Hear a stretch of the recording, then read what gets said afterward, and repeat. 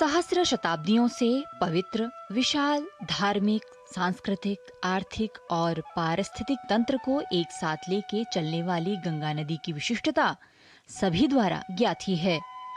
आध्यात्मिक पक्ष से गंगा नदी भारतवर्ष की वह अमूल्य निधि है जो व्यक्ति के मोक्ष प्राप्ति में तथा आत्मशुद्धि में सहायक तत्व के रूप में गिनी जाती हैं।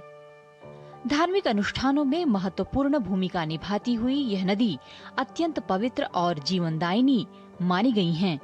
इनके तट पर स्थित हरिद्वार और वाराणसी जैसे नगर लाखों तीर्थयात्रियों को मानसिक बल प्रदान करते हैं। भारतवर्ष की हृदय रेखा गंगा नदी भारतीय संस्कृति का मूल आधार भी है। भारत की आध्यात्मिक और सांस्कृतिक विविधता की अमृत गाथा है गंगा नदी। गम्यते प्राप्यते मोक्षार्थी भी इति गंगा, अर्थात जिनकी ओर मोक्षार्थी अर्थात मुमुक्षु जाते हैं वही गंगा है।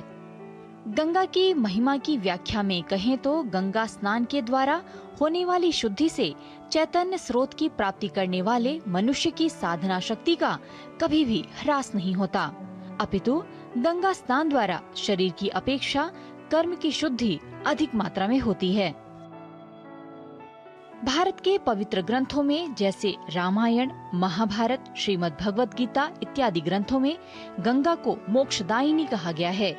महाभारत के वन पर्व में कहा गया है कि यत्र गंगा महाराज स देशस्तत् तपोवनम सिद्धि क्षेत्रम च तद्ज्ञेयम गंगा तीरसमाश्रितम, अर्थात जहाँ गंगा बहती है वही उत्तम देश है और वही तपोवन है।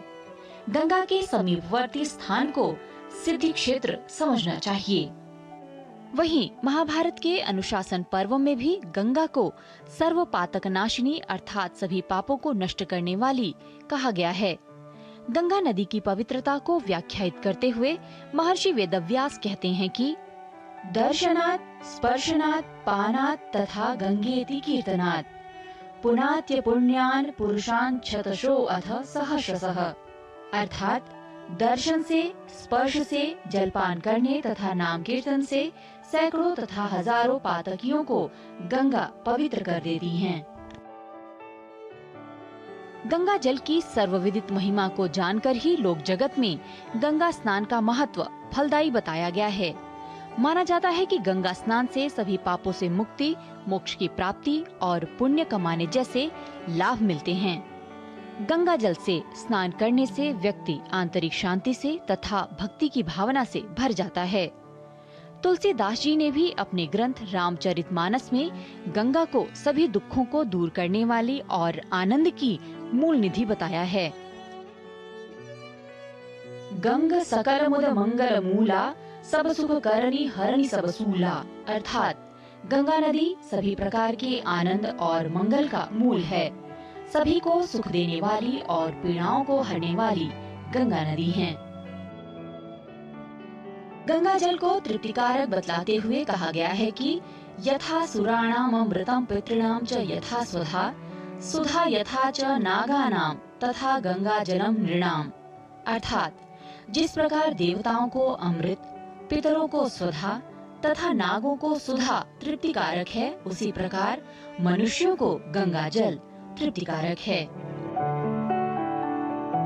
भारतीय ज्ञान परंपरा की सांस्कृतिक मूल अवधारणा के रूप में स्थापित जीवनदायिनी, आरोग्यदायिनी, पवित्रतमा, सर्व पातक नाशिनी, शिव तत्वदायिनी, ज्ञानदायिनी तथा मोक्षदायिनी माँ गंगा सभी को सहस्र वर्षों से अपने सतत प्रवाह से सुख, समृद्धि और आध्यात्मिक शांति प्रदान करती आई हैं।